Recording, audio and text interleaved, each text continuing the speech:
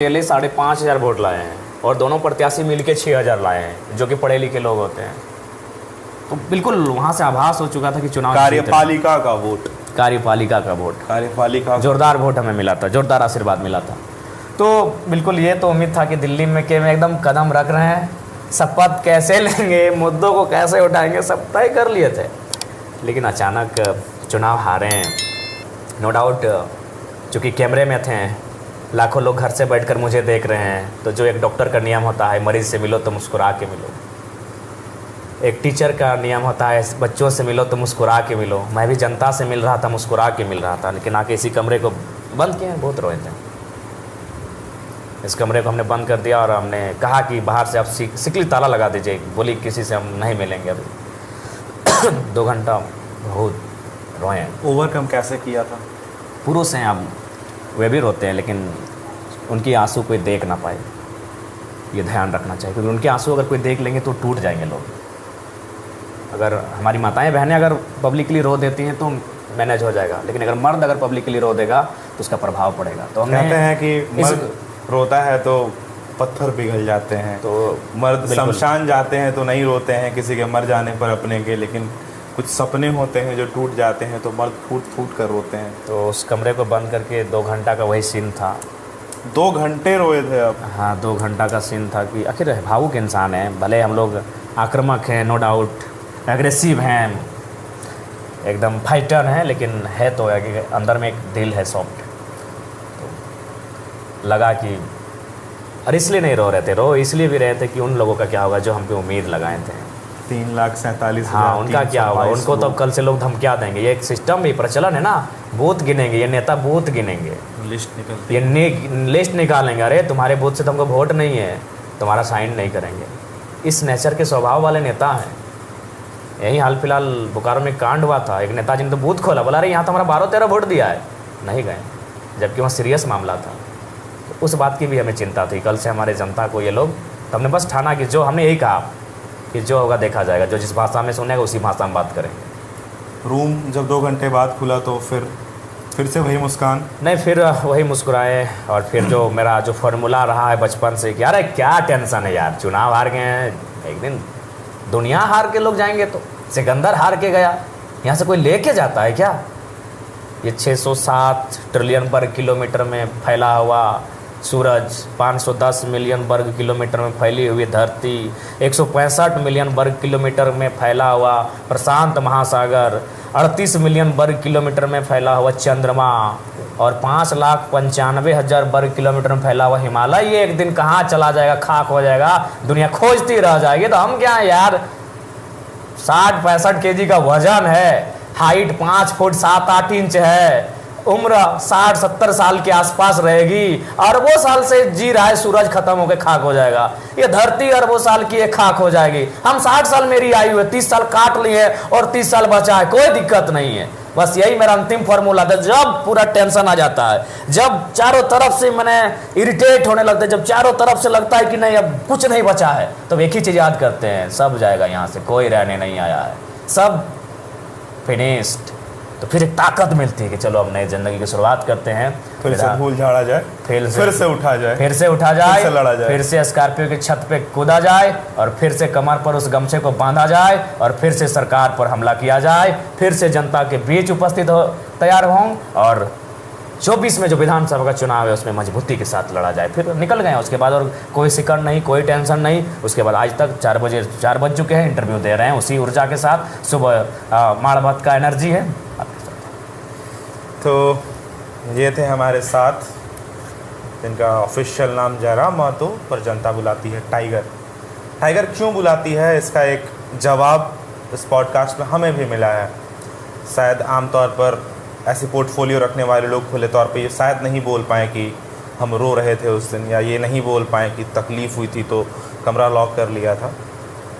ये सारी कहानियाँ हम आपके बीच में लेकर के आते हैं, पर्दे के पीछे वो इंसान कैसे ज़िंदगी जी रहे हैं। और हमें लगता है कि शायद आज हमने जिस तरीके से टाइगर जयराम महतो को कवर किया है, ये अभी से पहले किसी कैमरे पर, किसी फ्रेम पर नहीं आया था। तो भरोसा था, बूम बूम बुमराह वह अजूबा बॉलर है, ना उसकी तुलना मैकग्रा से होगी, ना वाक्रम से होगी, ना कर्टने वाल से होगी, ना सेंट बॉन्ड से होगी, ना डेल स्टेन से होगी, वो बुमराह है। अगर 10 मैच में भी अगर एक ओवर में 10 रन डिफेंड करना हो और अपोनेंट टीम का सबसे बेहतरीन बल्लेबाज खेल रहा हो, वो 8 बार हमें जिताएगा। भरोसा था उसका 12 गेंद में कुछ होगा, बस आउट तो करना है क्लासेन और मिलर को, ये भरोसा था। तो फिर पांड्या साहब ने वो काम किया। उसके बाद आखिरी ओवर में 16 रन, ये उम्मीद था, सोच रहे यार पहले की छक्का खा जाते जोगिंदर शर्मा के तर्ज पर, तो 5 बॉल में 10 रन रहेंगे, पांड्या का प्रेशर कैसा रहेगा, ये इमेजिन हो रहा था। और ये भी चाह रहे थे कि बॉल और ऑफ स्टॉप में जाए, क्योंकि मिलर को वहाँ लपेटने में असुविधा होगी। और फुल टॉस हवा में सूर्या, तो हमने कैच लेने से पहले कहा कि यार रन नहीं बनाए हो, कैच तो तगड़ा लेना होगा, बंदा कैच तगड़ा लिया, बहुत शानदार कैच। वो कैच नहीं मैच था भाई, आप अगर इस बात को मानते हैं कि वो कैच नहीं प्रॉपर मैच था वो। इस इंटरव्यू का ये लास्ट पार्ट है, इसमें हम एक छोटा सा सेशन रखते हैं कि हम कुछ लोगों का नाम लेंगे, अगर आप उनसे मिल पाते तो आप उनसे क्या कहते, कोई सजेशन देते, या उनके बारे में अच्छा या कुछ बुरा उनसे बताते कि आप में ये दिक्कत है या आप में ये अच्छा है, अगर आप उनसे कहीं मिल पाते तो। ठीक है, पहला नाम प्रधानमंत्री नरेंद्र मोदी। अगर उनसे मिलते तो हम यही कहते हैं कि क्रोनी कैपिटलिज्म पे रोक लगाइए, देश की अर्थव्यवस्था पर झांकिए और एक सामाजिक न्याय को स्थापित कीजिए, जितना जल्दी हो सके ये पूंजीवादी व्यवस्था से भारत को मुक्त कीजिए, और जो हमारी इकोनॉमी है उसे सेंटर से हटा के सेंटर टू लेफ्ट लेके चलिए। हेमंत सोरेन से मिलते तो सबसे पहले यही कहते हैं कि आप जो वादा करके आए हैं जल जमीन जंगल, तो सबसे पहले आप ज़मीन को बचाइए। बिरसा भगवान भी ज़मीन के लिए लड़े थे, और हमारे जो बाद के पूर्वज रहे निर्मल दास, सबकी लड़ाई का आधार ज़मीन था। चाहे तिलका मांझी रहें, चाहे तेलंगाना खड़िया रहें, या रघुनाथ महतो रहें, जो भी आंदोलन हुए हैं वो ज़मीन को बचाने के लिए हैं। तो उनसे कहेंगे पहले जो गैर नजरवा ज़मीन है, जिसको आप लोग कौड़ी के भाव कैपिटलिज्म को सौंप दे रहे हैं, उसमें कोई भी योजना पार हो जा रही है और किसान को पूछा नहीं जा रहा, तो वो उस ज़मीन का रसीद कटे। राहुल गांधी से मिलेंगे तो उनसे इस बात का जिक्र करेंगे कि कम से कम एक बेहतर विपक्ष बने, अगर आप विपक्ष में तो बेहतर विपक्ष बने, और जो अगर सत्ता पक्ष अगर कुछ खामियां करती है तो मजबूती से भारत की आवाज़ को राइज करें। महेंद्र सिंह धोनी से जब भी मिलेंगे तो उनसे यही कहेंगे कि आप जब झारखंड से निकल कर गए हैं तो झारखंड के तमाम क्षेत्रों की जो प्रतिभाएं हैं उनको अपने सानिध्य में, अपने निगरानी में एक उन्हें आगे आने का अवसर दें, और उनसे आग्रह करेंगे युवाओं को जो नुकसान हो रहा है वो प्रचार ना करें। ड्रीम 11 लाइक बहुत गहरी बात बोली। बिल्कुल, आपको हीरो मानते हैं, आपको मसीहा मानते हैं, और आप हमको जुआ खिलवाएंगे धोनी साहब, तो खेद है हमें इस बात का। धोनी के फैंस आपको देखिएगा फिर ट्रोल देखिए, अब ट्रोल से हमें क्या डर है, जो सच्चाई इसको मानना होगा। जुए से कितने परिवार उजड़े हैं, हमारे गाँव में कितने बच्चे हालत ख़राब हो गई, कितने लोग कर्ज में डूब गए, कितने लोग घर में चोरी किए, तो उनसे कहेंगे। 2 नाम और है, फिर इसको ख़त्म करते हैं। विराट कोहली से मिलेंगे तो कहेंगे भैया लास्ट T20 था उनका, 2026 का 20 खेल के जाओ बस 1 डाउन खेलना, तुम और अच्छा खेलोगे। और इस लिस्ट में जो लास्ट नाम है वो है जेनेलिया डिसूजा। हमने कहीं सुना था कि ठीक है एक्ट्रेस वो मतलब आपको अच्छी लगती हैं, इसलिए हमने इसको ऐड कर लिया। ठीक है, अगर वो कभी मिलेंगे तो उनको कहेंगे कि अपने मूवी अपने छोड़ दिया है विवाह होने के बाद, थोड़ा सा आए मूवियों में, और उन फिल्मों में जैसे सालार जैसे फिल्म हो गई। सालार देखा आपने? हाँ, सालार हमने देखा। कैसा लगा सालार? आप बेहतरीन लगा, हम लोग के कैरेक्टर को सूट करता है कि अब लाल लाल पोर्टफोलियो अपने से बड़ा, ये अपने मुंह से मतलब अपने बड़ाई हो गई ये वाली। हाँ बोलिए। युवा अवस्था है, हम अगर 50 की उम्र में होते तो इन सब बातों से बचेंगे, लेकिन 29 साल का लड़का है, थोड़ी सी आत्ममुग्धता से नहीं बच पाते, स्वाभाविक है। इस इंटरव्यू को ख़त्म करते हैं। जो लास्ट सवाल है मेरा, अंग्रेजी का एक फ्रेज़ है मार्जिन ऑफ एरर। कोई कंपनी अगर जूता बनाती है तो जानती है वो कि 1000 जूते में 100 डिफेक्टेड निकलेंगे। कोई कंपनी अगर दूध बना रही है, पैक कर रही है, तो जानती है कि 20 लीटर तो बर्बाद होना ही है। कोई व्यक्ति अगर 55 और 81 सीट पर विधानसभा चुनाव लड़ रहे हैं या लड़ने की मंशा बनाए हुए हैं, तो उनके मन में भी एक मार्जिन ऑफ एरर होगा। हम दिल से चाहेंगे कि आप जो भी आंकड़ा अपना सेट करें उसमें जीतें, लेकिन सब नियति है। अगर विधानसभा चुनाव का नतीजा भी लोकसभा की तरह निकला, फिर आगे क्या? हम बिल्कुल ऐसा नहीं चाहते, बट द थिंग इज कि अगर ऐसा हुआ तो आपका मार्जिन ऑफ एरर क्या कहता है? देखिए, हमें तो लगता है हम लोग कंटेंस्ट में रहेंगे। अब सवाल रह गया कि हम लोग मैनेज कैसा करते हैं, स्ट्रेटजी कैसा बनाते हैं, प्लान।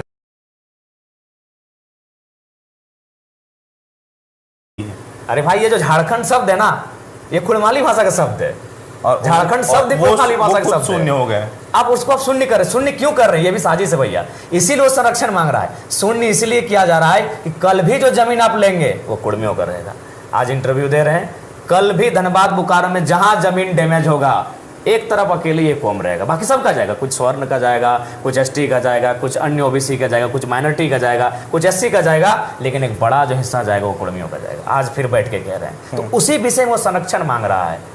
और जो देश जीव जंतु को संरक्षण देता है 48 के तहत, अगर एक इतना बड़ा आबाद एक वह समुदाय जिसने क्या नहीं दिया। मैं तभी धनबाद की बात कर रहा था, बोकारो के जो सीटीपीएस बीटीपीएस का मैक्सिमम जमीन उनका, कोयला की खदानों के मैक्सिमम जमीन, टाटा का 3 यूनिट हम जानते हैं, टाटा जमशेदपुर सॉरी कोयला का, टाटा जमाटोबा झरिया में, टाटा सिजवा और एक टाटा घाटो रामगढ़ में, तीनों में मैक्सिमम जमीन उसी कौम की है, जिस कौम को घाटो रामगढ़ में जो खदान है उसमें भी कुड़मियों की जमीन मैक्सिमम। आप सर्वे कीजिए, हम स्टेटमेंट हम वापस ले लेंगे। मैक्सिमम अगर 100 खेत गए हैं तो 70 से 80-85 खेत कुड़मियों के हैं।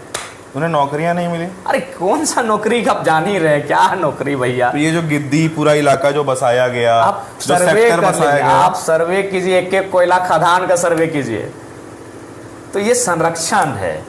आप एचईसी की बात कीजिए, हिंडाल्को की बात कीजिए, अब जहां आपको जाना है, अब जहां से घूम के आपको आना तो है। आप आंकड़ा खराब कर दिए मेरा ये सब बता करके। तो बस वो एक दर्द है। आप शहादत की लिस्ट देखिए, शहादत की लिस्ट देखिए हमारी, शहीद शक्तिनाथ मतलब छोड़िए, उतना आंदोलनकारियों की बात नहीं करता हूँ। अरे हमने इस राज्य का प्रेसिडेंट, झारखंड मुक्ति मोर्चा का सेंट्रल प्रेसिडेंट खोया है शहीद निर्मल महतो, हमने एमपी खोया है शहीद सुनील महतो। उसके बाद भी अगर ये कौम अगर संरक्षण मांग रही भैया, तो क्या गुनाह कर रही है? विवाद ना, हम बार बार कहेंगे, क्यों विवाद टकराहट होगी? जिस देश में पशु पक्षियों को जीने का अधिकार है, अगर ये कौम अगर संरक्षण मांग रही है अपनी भाषा को लेकर, अपनी जमीन और खेती बाड़ी, मैं बार बार कह रहा हूँ खेती बाड़ी, आप कुड़मियों खेती को छोड़ दीजिए, कुछ नहीं मांगेंगे। आप कुड़मियों खेत छोड़ दीजिए, कुछ नहीं मांगेंगे जी। आपको जो रखना है सरकारी नौकरी बीडीओ रख लीजिए, आपने सारा खेत ले लिया, कोयला के नाम पे ले लिया, उद्योग के नाम में ले लिया, बचा क्या इनके पास? पता सर्वे कर लीजिए, आप सर्वे कर लीजिए। बस अब तो चाची में नहीं लिया चुके जंगल झाड़ है। आप संरक्षण मांग रही है। अच्छा, इसको ऐसे कर सकते हैं क्या कि एक बैठ करके बीच का रास्ता निकले? रास्ता निकले, हम बार बार कह रहे हैं, रास्ता पढ़ा लिखा लड़का है, रास्ता निकले। चलिए उतना तो छोड़ते हैं, आज फिर बता रहा हूँ, ये कोरोना एक महामारी आई थी, दिसम गुरु उनको भी हुआ, स्वस्थ हैं, हम प्रार्थना करते हैं और 10 साल वो स्वस्थ रहें। जगन्नाथ महतो को होता है, आज उस व्यक्ति को हम लोग खो देते हैं। आपको भले लगे ये कोरोना है, लेकिन जयराम महतो कहता है इसमें भी साजिश है। आज एक शख्स इंद्रजीत महतो अभी स्वस्थ होकर नहीं आया है, उस शख्स का भी एक ही गुना था, वो कुड़मी था। 2 लीडर इस कोरोना काल में डैमेज हुए, एक दुनिया में नहीं है, एक अभी अस्वस्थ है, अभी भी ठीक होकर नहीं आया है, दोनों कुड़मी के बेटे थे। भैया हम साजिश हमारे साथ आज भी हो रही है, फिर भी अगर आप कोई संरक्षण मांग रहा है भैया, तो कोई अपराध नहीं कर रहा है, वो जातिवाद नहीं कर रहा है। 2 लीडर डैमेज हुए, इंद्रजीत महतो हम पहले प्रार्थना करते हैं ठीक होके आए।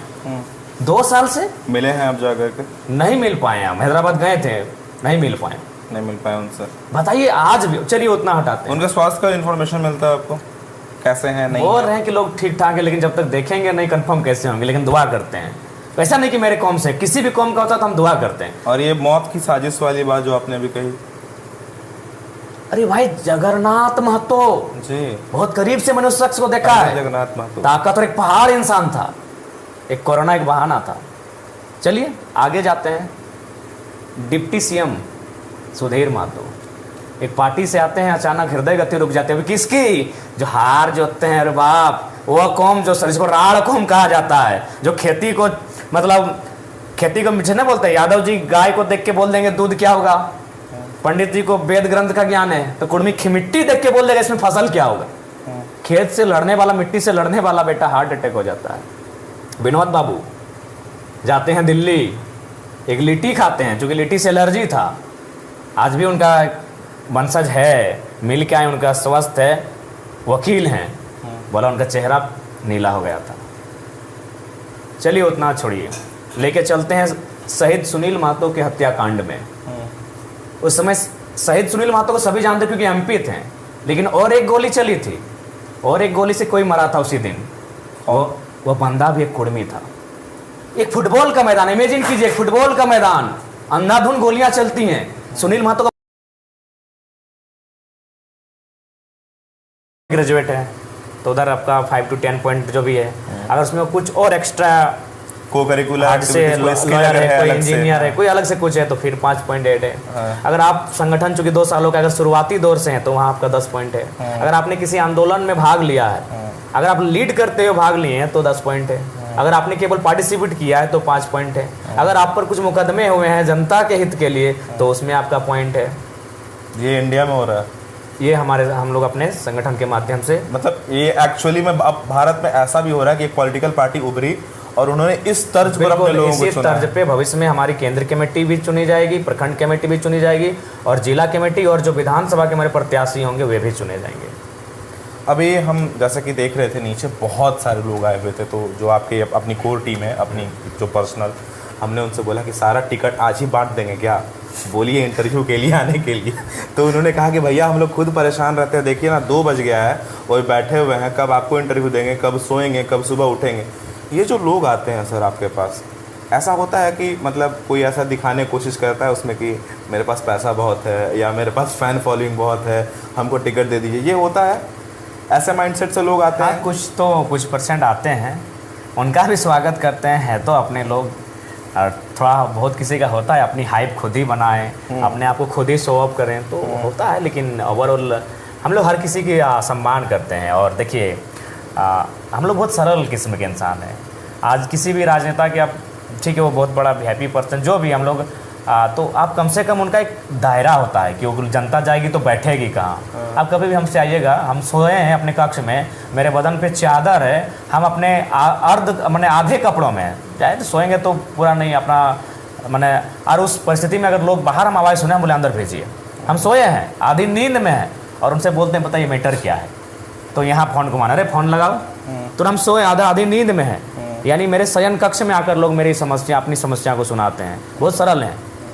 को मैं आपको बता रहा हूँ, चुनाव से ठीक समय कुछ लोग आए, कोई वेरीफाई हमने नहीं किया, आए अपनी बातचीत किए, और हमें पता चला अगला दिन देख रहे हैं वो हमारे विपक्ष के जो दल हैं उनके साथ बैठकर चाय पी रहे हैं। तो सोचिए हमने उसको भी वेरीफाई नहीं किया कि यार ये विपक्ष का आदमी है।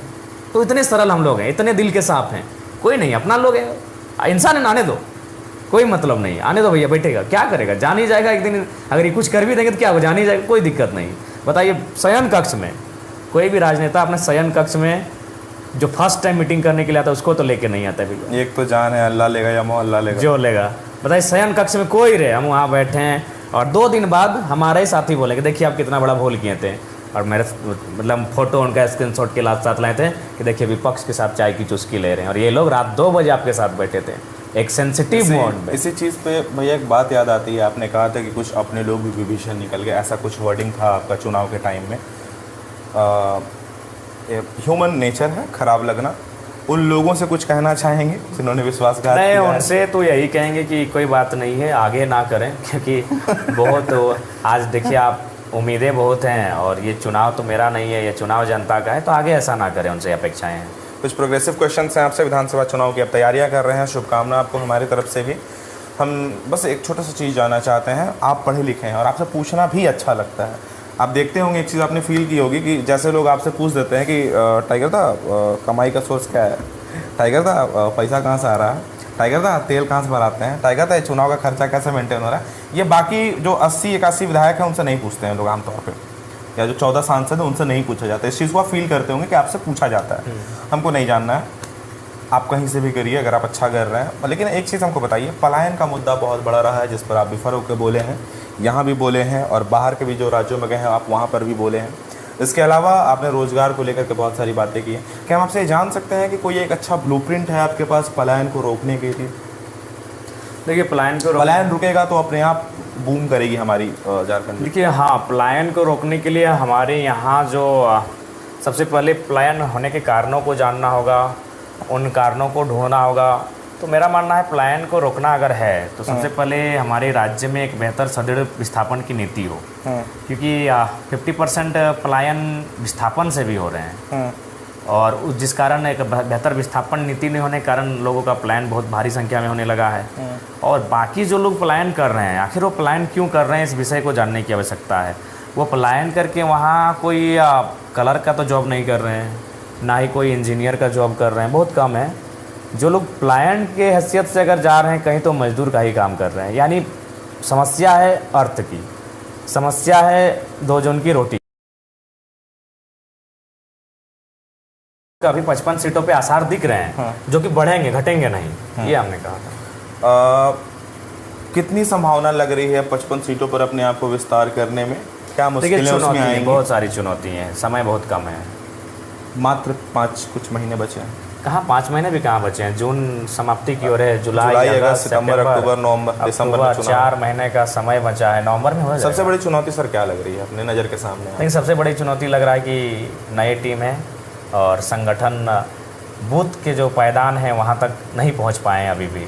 जो सच्चाई है सो सच्चाई है, लेकिन उम्मीद करते हैं युवा यानी वायु वे कुछ नया करेंगे, कुछ अनोखा करेंगे और हमें लगता है 1-1.5 महीनों में बूथ स्तर की कमेटी बनाकर सेंट्रल कमेटी को भेजेंगे रिपोर्ट। जहाँ तक हम सर आपको रीड कर पाते हैं, क्योंकि आपसे मिलना तो होता नहीं, आज दूसरी बार आपसे मिल रहे हैं, सोशल मीडिया के माध्यम से आपका बयानों से आपके जाने की कोशिश हम जैसे लोग करते हैं। मेरा एक सवाल है आपसे कि आपकी पूरी जेबी के एसेस में कमांडिंग पोजीशन पर किसी ने अगर गलती की है उस स्टेज पे भी, किसी ने कुछ अच्छा किया है उस स्टैंड पे भी, कहीं कुछ गलत हो गया है, आपके लोगों से गलतियाँ सबसे होती हैं उस स्टैंड पे भी, क्या आप इकलौते ऐसे व्यक्ति हैं जो कमांडिंग होल्डिंग पोजीशन पर रहते हैं या और भी लोग हैं? डिसिप्लिनरी कमेटी कह लीजिए है, डिसिप्लिन कमेटी है 4 तो क्या ये एक चुनौती है सर आपके पास कि जिन लोगों को आप लेकर के आएंगे, आप सबको नहीं जानते हैं, सबका बैकग्राउंड चेक करने का फुर्सत भी अकेले आपके पास होगा नहीं। कभी आपके फेम के चलते वो लोग अगर आपका नाम मिसयूज़ कर ले विधानसभा चुनाव में, या फिर कोई अनैतिक लोग हैं जिनका क्रिमिनल इतिहास रहा है, इन सारी चीज़ों को कैसे टैकल करेंगे? आसान भाषा में चलिए पूछते हैं, मापदंड कैसे तय करेंगे कि आपका उम्मीदवार कौन है? देखिए, जैसे अभी जिला अध्यक्ष का चुनाव हो रहा है, हम लोगों ने जैसा कि लोग मांग करते हैं कि जब एक क्लर्क का नौकरी लेना हो तो एग्ज़ाम होता है, तो राजनेता बिना एग्ज़ाम के कैसे बन जाते हैं। तो चलिए, हमने युवाओं के और लोगों की इस मांग को भी स्वीकार किया और अपना जो संगठन का हम लोग विस्तार कर रहे हैं, बिल्कुल एक इंटरव्यू तक लेवल पे कर रहे हैं। पढ़े लिखे युवा हैं तो हम लोग जो सोसाइटी से जो कुछ नई चीज़ों की डिमांड होते हैं उनके अनुसार हम लोग काम करना पसंद करते हैं। इसको समझाइए फिर, आप अपने जिला अध्यक्षों का चुनाव इंटरव्यू करके कर रहे हैं? बिल्कुल, इंटरव्यू उनका हो रहा है। उनका पढ़े लिखे हो तो मेरे हो, नहीं तो किसी काम के नहीं हो। इंटरव्यू उनका हो रहा है और उसके बाद उनको आवेदन दिया गया है और उनका बाकायदा पॉइंट है। देखिए पॉइंट कैसा रहेगा, अगर वो ग्रेजुएट है तो उधर आपका 5 to 10 पॉइंट जो भी है, अगर उसमें कुछ और एक्स्ट्रा को करिकुलर से लॉयर है, कोई इंजीनियर है, कोई अलग से कुछ है तो फिर 5 पॉइंट ऐड है। अगर आप संगठन चूंकि 2 सालों का अगर शुरुआती दौर से हैं तो वहाँ आपका 10 पॉइंट है। अगर आपने किसी आंदोलन में भाग लिया है, अगर आप लीड करते हुए भाग लिए हैं तो 10 पॉइंट है। अगर आपने केवल पार्टिसिपेट किया है तो 5 पॉइंट है। अगर आप पर कुछ मुकदमे हुए हैं जनता के हित के लिए तो उसमें आपका पॉइंट है।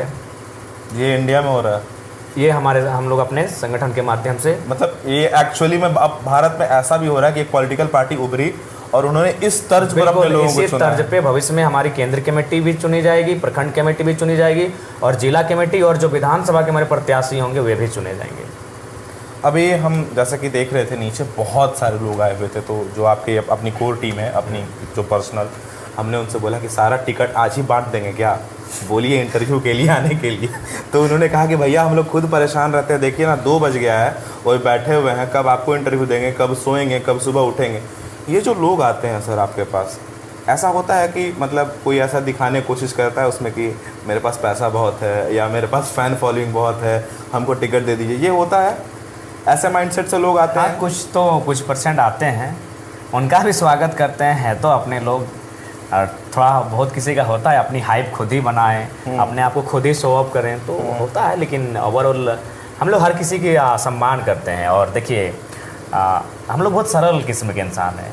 आज किसी भी राजनेता के आप, ठीक है वो बहुत बड़ा वीआईपी पर्सन जो भी, हम लोग तो आप कम से कम उनका एक दायरा होता है कि वो जनता जाएगी तो बैठेगी कहाँ। आप कभी भी हमसे आइएगा, हम सोए हैं अपने कक्ष में, मेरे बदन पे चादर है, हम अपने मैंने आधे कपड़ों में चाहे तो सोएंगे तो पूरा नहीं अपना मैंने, और उस परिस्थिति में अगर लोग बाहर हम आवाज़ सुने, हम बोले अंदर भेजिए, हम सोए हैं आधी नींद में हैं, और उनसे बोलते हैं बताइए मैटर क्या है, तो यहाँ फ़ोन घुमाना, अरे फ़ोन लगाओ, तो हम सोए आधी नींद में हैं। यानी मेरे शयन कक्ष में आकर लोग मेरी समस्या, अपनी समस्या को सुनाते हैं, बहुत सरल हैं। को मैं आपको बता रहा हूँ, चुनाव से ठीक समय कुछ लोग आए, कोई वेरीफाई हमने नहीं किया, आए अपनी बातचीत किए, और हमें पता चला अगला दिन देख रहे हैं वो हमारे विपक्ष के जो दल हैं उनके साथ बैठकर चाय पी रहे हैं। तो सोचिए हमने उसको भी वेरीफाई नहीं किया कि यार ये विपक्ष का आदमी है। तो इतने सरल हम लोग हैं, इतने दिल के साफ हैं, कोई नहीं, अपना लोग है, इंसान है, आने दो, कोई मतलब नहीं, आने दो भैया, बैठेगा, क्या करेगा, जान ही जाएगा एक दिन, अगर ये कुछ कर भी देंगे तो क्या होगा, जान ही जाएगा, कोई दिक्कत नहीं।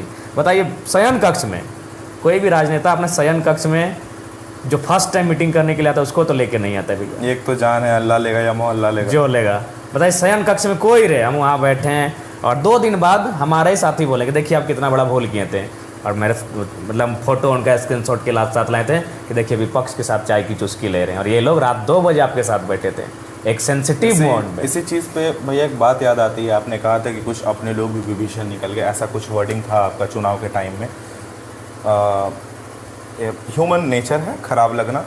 उन लोगों से कुछ कहना चाहेंगे जिन्होंने विश्वासघात नहीं किया? उनसे तो यही कहेंगे कि कोई बात नहीं है, आगे ना करें, क्योंकि बहुत आज देखिए आप उम्मीदें बहुत हैं, और ये चुनाव तो मेरा नहीं है, ये चुनाव जनता का है, तो आगे ऐसा ना करें, उनसे अपेक्षाएं हैं।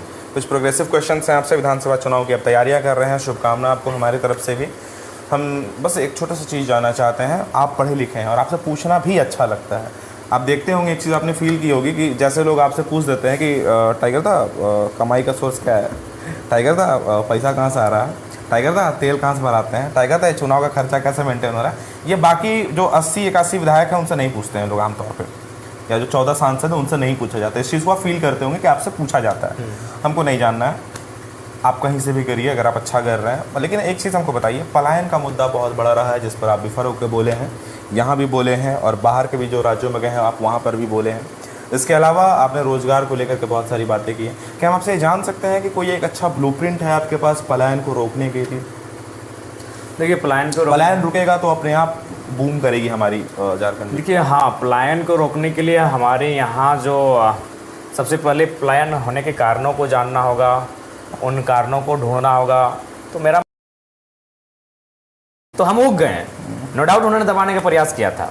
बाकायदा हमें रिपोर्ट यहाँ तक मिला है कि अगर दोनों प्रत्याशी के जो साथी कार्यकर्ता, उनके जो पार्टी के नेता थे, अगर वो किसी दरवाजे पे वोट मांगने गए और वहाँ अगर उसको दुत्कार मिला तो उन्होंने कहा ठीक है, हमको दुत्कार कर रहे अच्छी बात है, लेकिन एक काम कीजिए, टाइगर को वोट नहीं करना है, जयराम महतो को वोट नहीं करना है, आप उसको दे दीजिए। एनडीए वाले बोल रहे थे, एक्चुअली हुआ है, हाँ एनडीए वाले बोल रहे थे कि आप इंडिया को दे दीजिए, लेकिन जयराम महतो को मत दीजिएगा। और इंडिया वाले जहाँ देख रहे थे मेरा वोट नहीं है, आप एनडीए को दे दीजिए, लेकिन जयराम महतो को वोट नहीं देना है। यानी दोनों ने तीसरी ताकत को पनपने नहीं देना, तीसरी ताकत को पनपने नहीं देना चाहते हैं, क्योंकि इनको भी मालूम है सबको कि अगर ये लड़के अगर पनप जाएंगे तो बाकी लोगों की जो राजनीति है वो धराशायी हो जाएगी। एक एग्जाम्पल आपने दिया था कि एक गांव है जिस पर कि केस नहीं किया कंपनी ने, कि वो वेट कर रहे थे कि जयराम महतो रिजल्ट क्या होगा। अगर जयराम के लिए एक नियम ये भी है कि आप अपनी तो पॉजिटिव बताइए, लेकिन जो आपके प्रतिद्वंदी है उन्हें कैसे डैमेज करना है। फिलहाल आज के दौर में जो दौर चला है इसको भी कूटनीति का पार्ट है, लेकिन हम लोगों ने ऐसा नहीं किया। बाकायदा मेरे पास एक आया था, हमारे दोस्त कह रहे थे कि कुछ महिलाएं हैं, उनको हमने कह दिया कि इस बार मोदी जी का चिन्ह नहीं है फूल छाप, वो सिलेंडर में तब्दील हो गया। बोले नहीं, झूठ मत बोलिएगा, महिलाएं हैं उनको ठगिएगा नहीं, देना है वोट, नहीं देना है अलग बात है। हम लोग कूटनीति का पार्ट नहीं बने, जो भी किए साफ सुथरा किए, पब्लिक के सामने किए। और बिल्कुल हम तो आज भी लोग भी आश्चर्यचकित थे, उनका कोई कार्यक्रम नहीं होता था। जो भी 2 प्रत्याशी हमारे प्रतिद्वंदी रहे उनका आप एक भी कार्यक्रम हमको दिखाइए तो अपने बुते कोई बड़ा कार्यक्रम, कोई बड़ा जनसेला सभा या फिर कोई बड़ा रोड शो या फिर कोई भी कार्यक्रम जो अपने दम पर उन्होंने किया हो। एक के कार्यक्रम में उनके सुप्रीम आए थे और एक के कार्यक्रम में सीएम साहब आए थे। इसके अलावा उनका कोई कार्यक्रम इस क्षेत्र में विशेष नहीं रहा, लेकिन हम लोग का कार्यक्रम कंटिन्यू, कभी शांत नहीं रहा। तो ये चीज़ें उनके देखिए, उनको जीतने का कारण था कि उनके पास एक होता है ना कि कोई मतलब नहीं है, राज्य का उत्थान हो, राज्य को आने वाले 10 साल का रोड मैप क्या होगा, एजुकेशन पर क्या बातचीत होगी, शिक्षा पर क्या बातचीत होगी, स्वास्थ्य पर क्या बातचीत होगी, कोई मतलब नहीं है। 3 लाख वोट है भैया, जो एनडीए को जाएगा, वो कैसा भी रहे मतलब नहीं करता है। वो कश्मीर से आके चुनाव लड़े या कन्याकुमारी से लड़े, अगर वो एनडीए के सिंबल से आ रहा है, उसके गठबंधन से, 3 लाख 3.5 लाख वोट जाएंगे। और ठीक 3 लाख 3.5 लाख उसके अपोनेंट है, कि कोई मतलब नहीं है, वो अच्छा इंसान है, गुड ह्यूमन बीइंग है, कोई मतलब नहीं। वो एनडीए को डिफीट करने के लायक है, तो हम 3 लाख 3.5 लाख वोट उसको कर देंगे। तो ये उनका ताकत था, उनके पास, दोनों के पास 3.25 लाख 3.5 लाख वोट फिक्स। पूरे मामले में इस बात को आप मानते हैं कि 2 ताकतें जब आपस में खड़ी रहती हैं, ताकतवर ताकतें? बिल्कुल। देखिए, कुछ चीज़ें नेचुरली होती हैं। मेरा राजनीति में आना भी कहीं ना कहीं ये डेस्टिनी है, नियति की मांग रही है। नहीं तो मैं भी, जैसे आज मेरी स्कूल जीवन से ही आदत रही है कि जब कुछ चीज़ें आपको सताने लगें तो आप अपने आप से बात करो। और एक शायद महान संत विवेकानंद जी का ही कथन था कि दिन में एक बार स्वयं से बात कर लो, नहीं तो दुनिया के सबसे अच्छे इंसान से मिलने का मौका गवा दोगे। तो अक्सर रात 1 बजे 12 बजे अपने आप से बातचीत करते हैं, यार ऐसे कैसे, जो भी दिन भर का जो दिनचर्या होता है। तो मैंने इस चुनाव को लेकर 2 साल का जो घटनाक्रम रहा, लोगों के बीच जो मेरी लोकप्रियता बढ़ी, लोगों के बीच मेरा जो अपनात्व बढ़ा, उनके बीच जो मेरी उम्मीदें और अपेक्षाएं बढ़ी, तो उस पर मैं भी चर्चा करता हूँ कि मैं क्यों यहाँ, मैं कैसे, मैं यहाँ नहीं था, मुझे यहाँ तो इतनी जल्दी तो होना नहीं चाहिए। ये सवाल होता है खुद? बिल्कुल, मैं स्वयं से सवाल करता हूँ कि मैं यहाँ कैसे। स्कॉर्पियो की छत, 50,000 की भीड़, उस भीड़ में एक उम्मीद भरी निगाहें, और मैंने सैकड़ों हजारों लोगों की जुबान पे मेरा नाम, और उस नाम पर एक उम्मीद, बिना पैसा, बिल्कुल बिना पैसा का। तो ये सवाल होता है, ये स्कॉर्पियो की छत पे क्या मैं ही हूँ? क्या वो जयराम महतो ही वही लड़का जो फुटबॉल के मैदान में 5 मिनट पहले पेनल्टी के लिए मैंने टीम में एंट्री करता था? वही लड़का है जो क्रिकेट के मैदान में अपनी टीम को लीड करता था? वही लड़का है जो अपने तोपचांची के किसी बस स्टॉप में खड़ा होकर बस वालों से झगड़ा करते हुए कॉलेज जाता था कि फुल भाड़ा नहीं देंगे, स्टूडेंट है। मैं इमेजिन करता हूँ, मैं उस तस्वीर को बड़ी गंभीर से जूम करके देखता हूँ, क्या ये वही जयराम महतो है जो 2 साल पहले था? ये स्कॉर्पियो का छत, ये 50,000 का जन सैलाब, ये लोगों की अपेक्षाएं, ये लोगों की उम्मीदें। मैं सवाल करता हूँ खुद से कि मैं यहाँ कैसे, इतनी जल्दी तो नहीं, ऐसा कैसे? लोगों का 20 साल लग जाता है, 30 साल लग जाता है। यहाँ बोझ फील होता है क्या? बिल्कुल, बहुत बड़ा बोझ फील होता है। एक उम्मीदों